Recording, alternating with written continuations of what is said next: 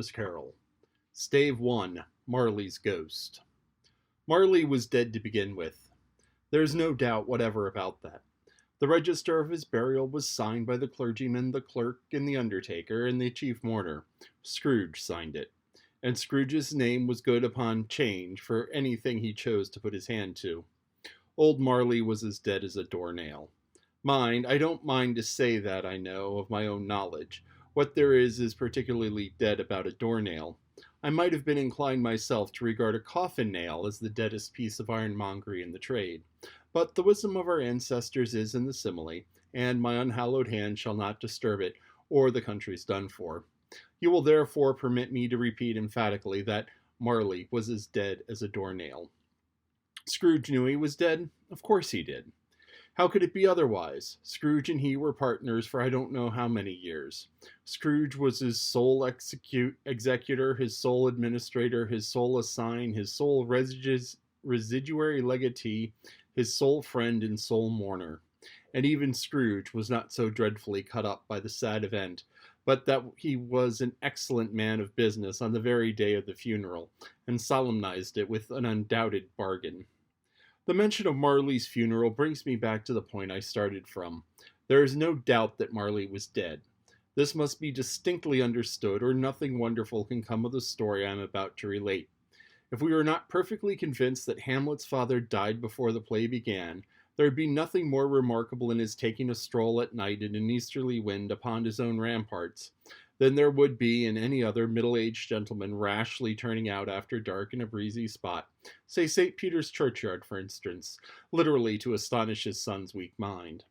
Scrooge never painted old Marley's name.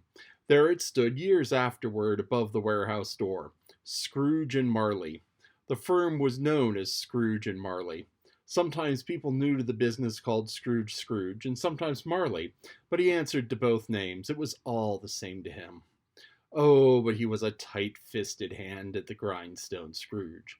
A squeezing, wrenching, grasping, scraping, clutching, covetous old sinner. Hard and sharp as flint, from which no steel had ever struck out generous fire. Secret and self-contained and solitary as an oyster. The cold within him froze his old features, nipped his pointed nose, shriveled his cheeks, stiffened his gait, made his eyes red, his thin lips blue, and spoke out shrewdly in his grating voice. A frosty rime was on his head and on his eyebrows and his wiry chin. He carried his own low temperature always about with him. He iced his office in the dog days and didn't thaw it 1 degree at Christmas. External heat and cold had little influence on Scrooge. No warmth could warm, no wintry weather chill him. No wind that blew was bitterer than he, no falling snow more intent upon its purpose, no pelting rain less open to entreaty. Foul weather did not know where to have him. The heaviest rain and snow and hail and sleet could boast of the advantage over him in only one respect. They often came down handsomely, and Scrooge never did. Nobody ever stopped him in the street to say, with gladsome looks, "My dear Scrooge, how are you? When will you come to see me?" No beggars implored him to bestow a trifle. No children asked him what it was o'clock. No man or woman ever once in all his life inquired the way to such and such a place of Scrooge. Even the blind men's dogs appeared to know him, and when they saw him coming on, would tug their owners into doorways and up courts, and then would wag their tails as though they said, "No eye at all is better than an evil eye, dark master." But what did Scrooge care? It was a very thing he liked. To edge his way along the crowded paths of life, warning all human sympathy to keep its distance, was what the knowing ones called nuts to Scrooge. Once upon a time, of all the good days of the year, on Christmas Eve, old Scrooge sat busy in his counting-house. It was cold, bleak, biting weather, foggy withal, and he could hear the people in the court outside go wheezing up and down, beating their hands upon their breasts, and stamping their feet upon the pavement stones to warm them. The city clocks had just gone 3, but it was quite dark already. It had not been light all day, and candles were flaring in the windows of the neighboring offices like ruddy smears upon a palpable brown air. The fog came pouring in at every chink and keyhole, and was so dense without that, although the court was of the narrowest, the houses opposite were mere phantoms. To see the dingy cloud come drooping down, obscuring everything, one might have thought that nature lived hard by and was brewing on a large scale. The door of Scrooge's counting house was open, that he might keep his eye upon a clerk, who, in a dismal little cell beyond, a sort of tank, was copying letters. Scrooge had a very small fire, but the clerk's fire was so very much smaller that it looked like one coal. But he couldn't replenish it, for Scrooge kept the coal box in his own room, and so surely as the clerk came in with a shovel, the master predicted that it would be necessary for them to part. Wherefore the clerk put on his white comforter and tried to warm himself at the candle, in which effort, not being a man of strong imagination, he failed. "A Merry Christmas, Uncle! God save you!" cried a cheerful voice. It was the voice of Scrooge's nephew, who came upon him so quickly that this was the first intimation he had of his approach. "Bah!" said Scrooge. "Humbug!" He had so heated himself with a rapid walking in the fog and frost, this nephew of Scrooge's, that he was all in a glow. His face was ruddy handsome, his eyes sparkled, and his breath smoked again.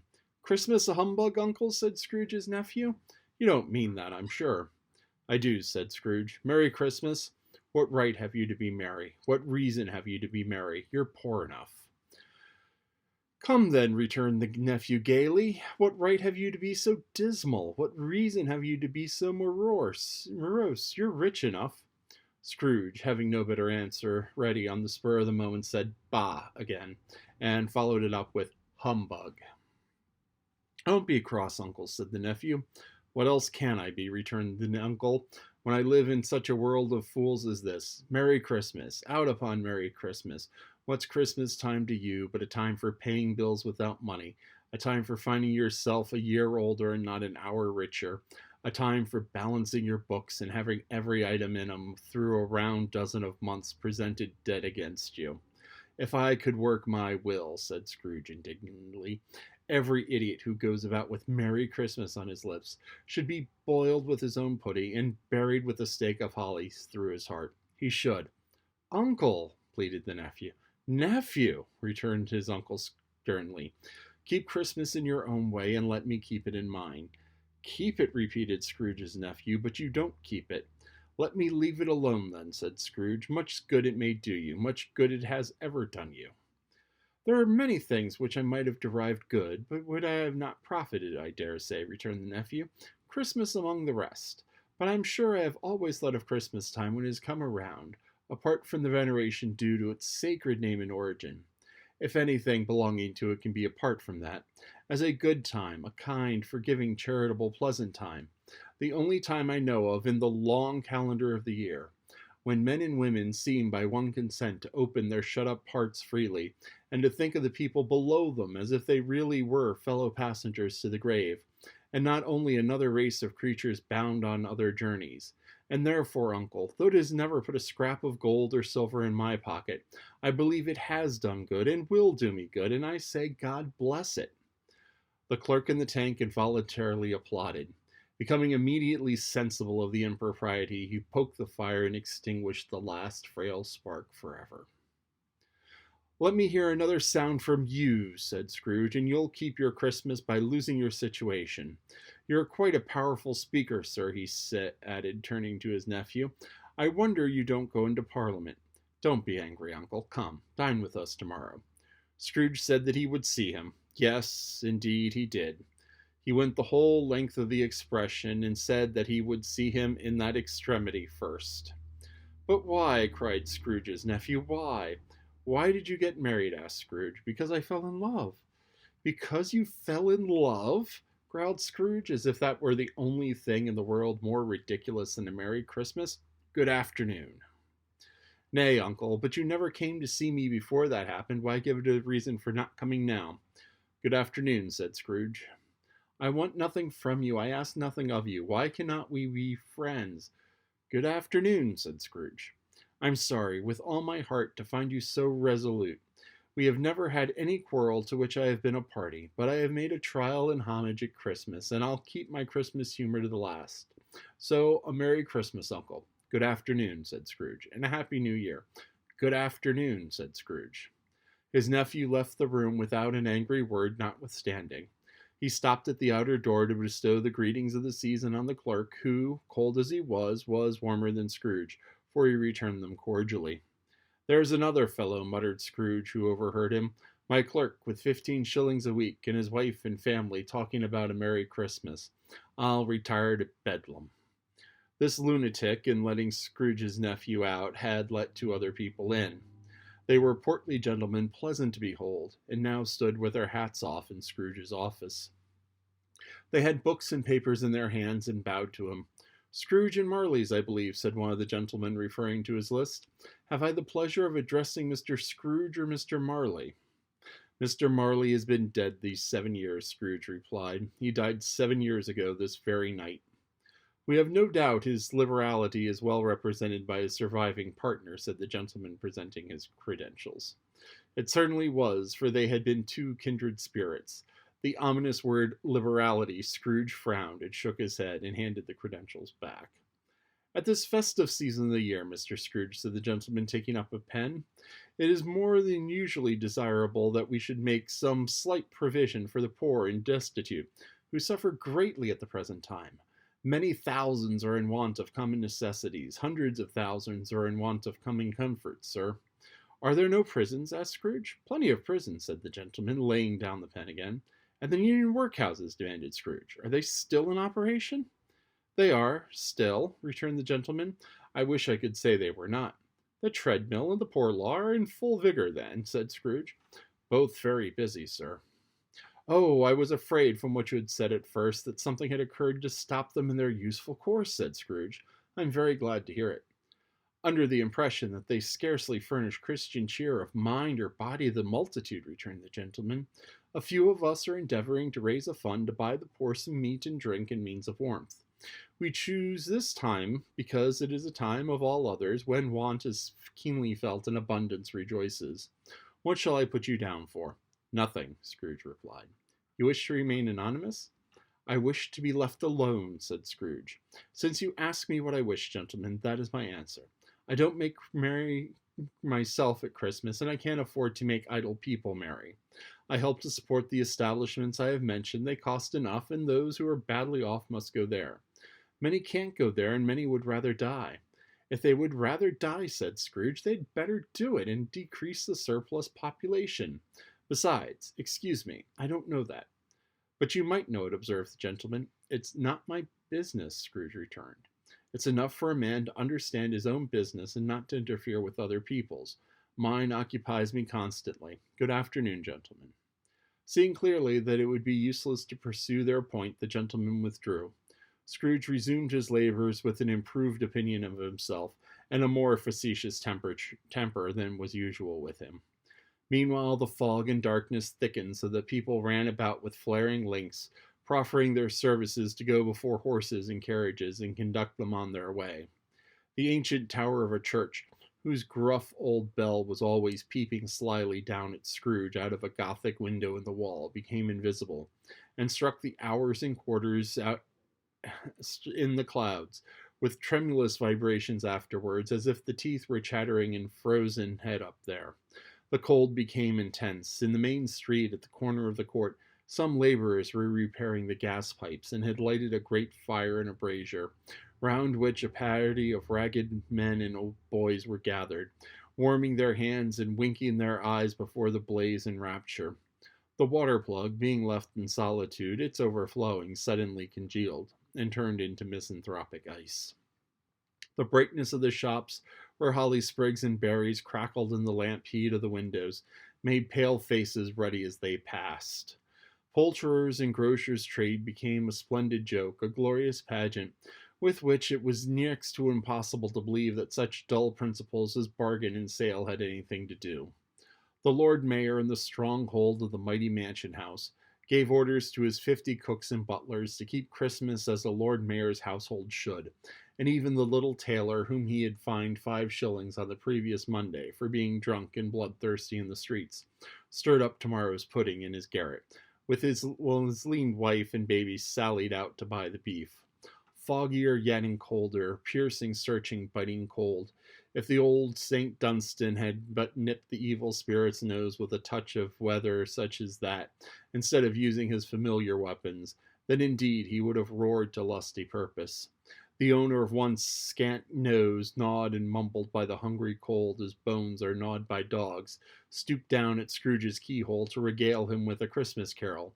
But at the first sound of God rest ye merry gentlemen, let nothing you dismay, Scrooge seized the ruler with such energy of action that the singer fled in terror, leaving the keyhole to fog and even more congealed frost. At length the hour of shutting up the counting-house arrived.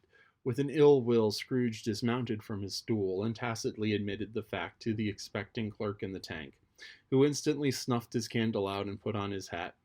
"You'll want all day tomorrow, I suppose," said Scrooge. "If quite convenient, sir." "It's not convenient," said Scrooge. "It's not fair. If I were to stop half a crown for it, you'd think yourself ill-used, I'd be bound." The clerk smiled faintly. "And yet," said Scrooge, "you don't think me ill-used when I pay a day's wages for no work." The clerk observed that it was only once a year. "A poor excuse for picking a man's pocket every 25th of December," said Scrooge, buttoning his greatcoat to the chin. "But I suppose you must have the whole day. Be here all the earlier next morning." The clerk promised that he would, and Scrooge walked out with a growl. The office was closed in a twinkling, and the clerk, with long ends of his white comforter dangling below his waist, for he boasted no greatcoat, went down a slide on Cornhill at the end of a lane of boys 20 times in honor of its being Christmas, and then ran home to Camden Town as hard as he could pelt to play at blind man's buff.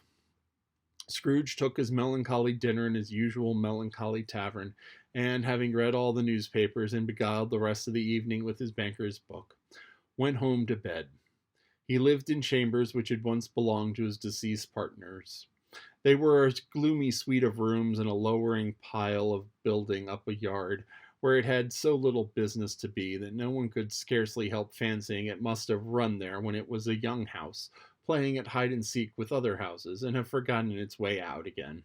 It was old enough now and dreary enough, for nobody lived in it but Scrooge, the other rooms being let out as offices. The yard was so dark that even Scrooge, who knew its every stone, was fain to grope with his hands. The fog and frost so hung about the black old gateway of the house that it seemed as if the genius of weather sat in a mournful meditation on its threshold. Now, it is a fact that there was nothing at all particular about the knocker of the door, except that it was very large. It is also a fact that Scrooge had seen it night and morning during his whole residence in that place. Also that Scrooge had as little of what is called fancy about him as any men in the city of London, including, which is of old word, the corporation aldermen in livery. Let it also be borne in mind that Scrooge had not bestowed one thought on Marley since his last mention of his 7 years dead partner that afternoon. And then, let any man explain to me, if he can, how it happened that Scrooge, having his key in the lock of the door, saw the knocker, without its undergoing any intermediate process of change, not a knocker, but Marley's face. Marley's face. It was not impenetrable shadow as the other objects in the yard were, but it had a dismal light about it, like a bad lobster in a dark cellar. It was not angry or ferocious, but it looked at Scrooge as Marley used to look, with ghostly spectacles turned up on its ghostly forehead. The hair was curiously stirred as if by breath of hot air, and though the eyes were wide open, they were perfectly motionless. That and its livid color made it horrible. But its horror seemed to be in spite of the face, and beyond its control rather than part of its own expression. As Scrooge looked fixedly at this phenomenon, it was a knocker again. To say that he was not startled, or that his blood was not conscious of terrible sensation to which it had been a stranger from infancy, would be untrue. But he put his hand upon the key which he had relinquished, turned it sturdily, walked in, and lighted his candle. He did pause with a moment's irresolution before he shut the door, and he did look cautiously behind it at first, as if half expected to be terrified with the sight of Marley's pigtail sticking out into the hall. But there was nothing on the back of the door except screws and nuts that held the knocker on, so he said "pooh-pooh" and closed it with a bang. The sound resounded through the house like thunder. Every room above and every cask in the wine merchant's cellars below appeared to have a separate peal of echoes of its own. Scrooge was not a man to be frightened by echoes. He fastened the door and walked across the hall and up the stairs slowly, too, trimming his candle as he went. You may talk vaguely about driving a coach and six up a good old flight of stairs, or through a bad young Act of Parliament. But I mean to say that you might have gone in a hearse up that staircase, and taken it broadwise with the splinter bar toward the wall, and the door toward the balustrades, and done it easily. There was plenty of width for that, and room to spare, which is perhaps the reason why Scrooge thought he saw a locomotive hearse going on before him in the gloom. Half a dozen gas lamps out in the street wouldn't have lighted up the entry too well, so you may suppose that it was pretty dark with Scrooge's dip. Up Scrooge went, not caring a button for that. Darkness is cheap, and Scrooge liked it. But just before he shut his heavy door, he walked through his rooms to see that all was right. He had just enough recollection of the face to desire to do that. Sitting room, bedroom, lumber room. All as they should be. Nobody under the table, nobody under the sofa. A small fire in the grate, spoon and basin ready, and the little saucepan of gruel. Scrooge had a cold in his head, upon the hob. Nobody under the bed, nobody in the closet, nobody in his dressing gown, which was hanging in a suspicious attitude against the wall. Lumber room as usual. Old fire guard, old shoes, 2 fish baskets, washing stand on 3 legs, and a poker. Quite satisfied, he closed his door and locked himself in, double-locked himself in, which was not his custom. Thus secured against surprise, he took off his cravat and put on his dressing gown and slippers and his nightcap, and sat down before the fire to take his gruel. It was a very low fire indeed, nothing on such a bitter night. He was obligated to sit close to it and brood over it before he could extract the least sensation of warmth from such a handful of fuel. The fireplace was an old one, built by some Dutch merchant long ago, paved all round with quaint Dutch tiles, designed to illustrate the scriptures. There were Cains and Abels, Pharaoh's daughters, queens of Sheba, angelic messengers descending through the air on clouds of feather beds, Abraham's, Belshazzar's apostles, putting off to sea on better boats, hundreds of figures to attract his thoughts, and yet the face of Marley, 7 years dead, came like the ancient prophet's rod and swallowed up the whole. If each smooth tile had been a blank at first, with power to shape some picture on its surface from the disjointed fragments of his thoughts, there would have been a copy of old Marley's head on every one. Humbug, said Scrooge, and walked across the room. After several turns, he sat down again. As he threw his head back in the chair, his glance happened to rest upon a bell, a disused bell that hung in the room, communicated, for some purpose now forgotten, with a chamber in the highest story of the building. It was with great astonishment and with a strange, inexplicable dread that, as he looked, he saw this bell begin to swing. It swung so softly at the outset that it scarcely made a sound, but soon it rang out loudly, and so did every bell in the house. This might have lasted a minute, or half a minute, or a minute, but it seemed an hour. The bells ceased as they had begun together. They were succeeded by a clanking noise deep down below, as if some persons were dragging a heavy chain over the casks in the wine merchant's cellar. Scrooge then remembered to have heard the ghosts in haunted houses were described as dragging chains. The cellar door flew open with a booming sound, and then he heard the noise, much louder on the floors below. Then coming up the stairs, then coming straight toward his door. It's humbug, said Scrooge. I won't believe it. His color changed, though, when, without a pause, it came through the heavy door. It passed into the room before his eyes. Upon its coming in, the dying flame leaped up as though it cried, I know him, Marley's ghost, and fell again. The same face, the very same, Marley's, in his pigtail, usual waistcoat, tights, and boots, the tassels on the latter bristling like his pigtail, and his coat skirts, and the hair upon his head. The chain he drew was clasped about his middle. It was long and wound about him like a tail, and it was made, for Scrooge observed it closely, of cash boxes, keys, padlocks, ledgers, deeds, and heavy purses wrought in steel. His body was transparent, so that Scrooge, observing him and looking through his waistcoat, could see the 2 buttons on the coat behind. Scrooge had often heard it said that Marley had no bowels, but he never believed it until now.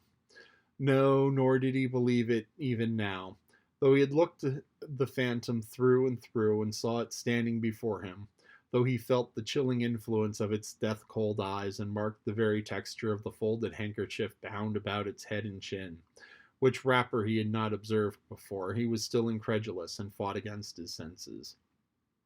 "How now?" said Scrooge, caustic and cold as ever. "What do you want from me?" "Much." Marley's voice, no doubt about it. "Who are you?" "Ask me who I was." "Who were you, then?" said Scrooge, raising his voice. "You're particular for a shade." He was going to say to a shade, but substituted this as more appropriate. "In your life, I was your partner, Jacob Marley." Can you sit down?" asked Scrooge, looking doubtfully at him. "I can." "Do it, then." Scrooge asked the question because he didn't know whether the ghost, so transparent, might find himself in a condition to take a chair, and felt in the event of it being impossible, it might involve the necessity of an embarrassing explanation. But the ghost sat down on the opposite side of the fireplace as if he were quite used to it. "You don't believe in me," observed the ghost. "I don't," said Scrooge. "What evidence would you have of my reality beyond that of your senses?" "I don't know," said Scrooge. "Why do you doubt your senses?" "Because," said Scrooge, "a little thing affects them. A slight disorder of the stomach makes them cheats. You may be an undigested bit of beef, a blot of mustard, a crumb of cheese, a fragment of underdone potato. There's more of gravy than of grave about you, whatever you are." Scrooge was not much in the habit of cracking jokes, nor did he feel in his heart by any means waggish then. The truth is that he tried to be smart as a means of distracting his own attention and keeping down his terror, for the spectre's voice disturbed the very marrow in his bones. To sit staring at those fixed eyes in silence for a moment would play, Scrooge felt, the very deuce with him.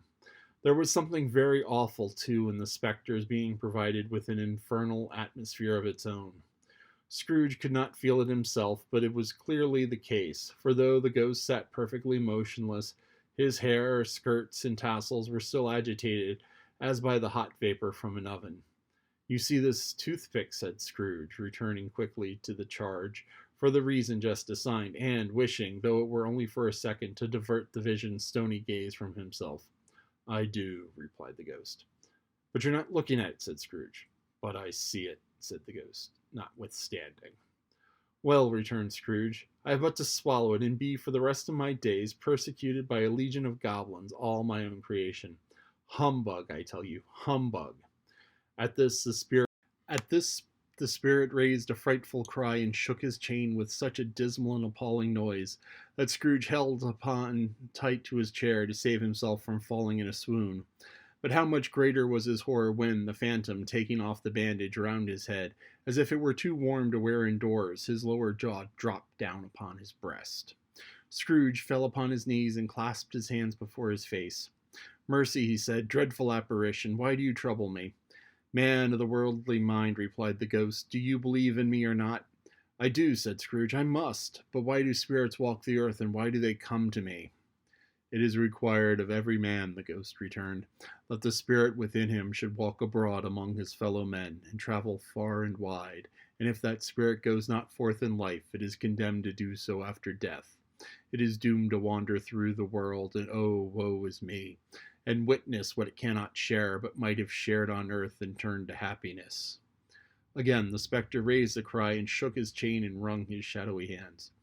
"You're fettered," said Scrooge, trembling. "Tell me why." "I wear the chain I forged in life," replied the ghost. I made it link by link and yard by yard. I girded it on of my own free will, and of my own free will I wore it. Is its pattern strange to you?" Scrooge trembled more and more. "Or would you know," pursued the ghost, "the weight and length of the strong coil you bear yourself? It was full as heavy and as long as this 7 Christmases ago. You have labored on it since. It is a ponderous chain." Scrooge glanced about him on the floor in the expectation of finding himself surrounded by some 50 or 60 fathoms of iron cable, but he could see nothing. "Jacob," he said imploringly, "old Jacob Marley, tell me more. Speak comfort to me, Jacob." I have none to give, the ghost replied. It comes from other regions, Ebenezer Scrooge, and is conveyed by other ministers to other lands of men. Nor can I tell you what I would. A very little more is all permitted to me. I cannot rest, I cannot stay, I cannot linger anywhere. My spirit never walked beyond our counting house. Mark me. In life, my spirit never roved beyond the narrow limits of our money-changing hole, and weary journeys lie before me. It was a habit with Scrooge, whenever he became thoughtful, to put his hands in his breeches pockets. Pondering on what the ghost had said, he did so now, but without lifting up his eyes or getting off his knees. You must have been very slow about it, Jacob, Scrooge observed in a businesslike manner, though with humility and deference. Slow, the ghost repeated.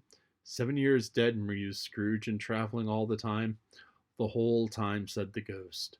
No rest, no peace, incessant torture of remorse. You travel fast, said Scrooge. On the wings of wind, replied the ghost.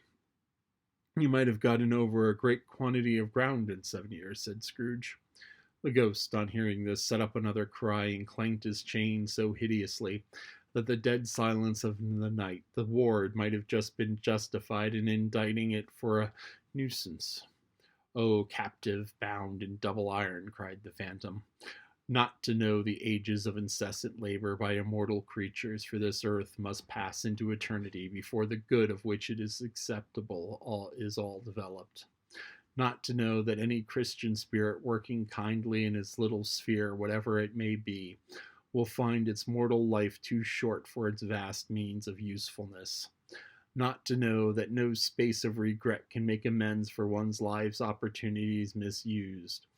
Yet such was I, oh, such was I." "But you were always a good man of business, Jacob," faltered Scrooge, who now began to apply himself. "Business!" cried the ghost, wringing his hands again. "Mankind was my business. The common welfare was my business. Charity, mercy, forbearance, benevolence were all my business. The dealings of my trade were but a drop of water in the comprehensive ocean of my business." He held up his chain at arm's length as if they were the cause of his all unavailing grief, and flung himself heavily on the ground again. "At this time of the rolling year," the spectre said, "I suffer most. Why did I walk through crowds of fellow beings with my eyes turned down and never raise them to that blessed star which led the wise men to a poor abode? Were there no poor humans to which its light would have conducted me?" Scrooge was very much dismayed to hear the spectre going on at this rate, and began to quake exceedingly. "Hear me," cried the ghost, "my time is nearly done." "I will," said Scrooge, "but don't be hard upon me. Don't be flowery, Jacob, pray." "How is it that I appear before you in a shape that you can see I may not tell? I have sat invisible beside you many and many a day." It was not an agreeable idea. Scrooge shivered and wiped the perspiration from his brow. "This is no light part of my penance," pursued the ghost. "I am here tonight to warn you that you have a chance of escaping my fate, a chance and a hope of procuring Ebenezer." "You were always a good friend to me," said Scrooge. "Thank ye." "You will be haunted," resumed the ghost, "by 3 spirits." Scrooge's countenance fell almost as low as the ghost's had done. "Is that the chance you hoped for mentioned, Jacob?" he demanded in a faltering voice. "It is." "I think I'd rather not," said Scrooge. "Without their visits," said the ghost, "you cannot hope to shun the path I tread. Expect the first tomorrow when the bell tolls 1. "Couldn't I take 'em all at once and have it over, Jacob?" hinted Scrooge. "Expect the second the next night at the same hour, the third upon the next night when the stroke of 12 has ceased to vibrate. Look to see me no more, and look that, for your own sake, to remember what has passed between us." When he had said these words, the spectre took his wrapper from the table and bound it round his head as before. Scrooge knew this by the smart sound his teeth made when the jaws were brought together by the bandage. He ventured to raise his eyes again, and found his supernatural visitor comforting him in an erect attitude, with his chain wound over and about his arm. The apparition walked backward from him, and at every step he took, the window raised itself a little, so that when the spectre reached it, it was wide open. He beckoned Scrooge to approach, which he did. When they were within 2 paces of each other, Marley's ghost held up his hand, warning him to come no nearer. Scrooge stopped, not so much in obedience as in surprise and fear, for on the raising of the hand he became sensible of confused noises in the air, incoherent sounds of lamentation and regret, wailings inexpressibly sorrowful and self-accusatory. The spectre, after listening for a moment, joined in the mournful dirge and floated out upon the bleak dark night. Scrooge followed to the window, desperate in his curiosity. He looked out. The air was filled with phantoms, wandering hither and thither in restless haste, and moaning as they went. Every one of them wore chains like Marley's ghost. Some few, they might be guilty governments, were linked together. None were free. Many had been personally known to Scrooge in their lives. He had been quite familiar with one old ghost in a white waistcoat with a monstrous iron safe attached to his ankle, who cried piteously at being unable to assist a wretched woman with an infant, whom he saw below upon a doorstep. The misery with them all was, clearly, that they sought to interfere for good in human matters, and had lost the power forever. Whether these creatures faded into mist, or mist enshrouded them, he could not tell. But they and their spirit voices faded together, and the night became as it had been when he walked home. Scrooge closed the window and examined the door by which the ghost had entered. It was double locked as he had locked it with his own hands, and the bolts were undisturbed. He tried to say humbug, but stopped at the first syllable. And, being from the emotion he had undergone, or the fatigues of the day, or his glimpse of the invisible world, or the dull conversation with the ghost, or the lateness of the hour, much in need of repose, went straight to bed without undressing, and fell asleep on the instant.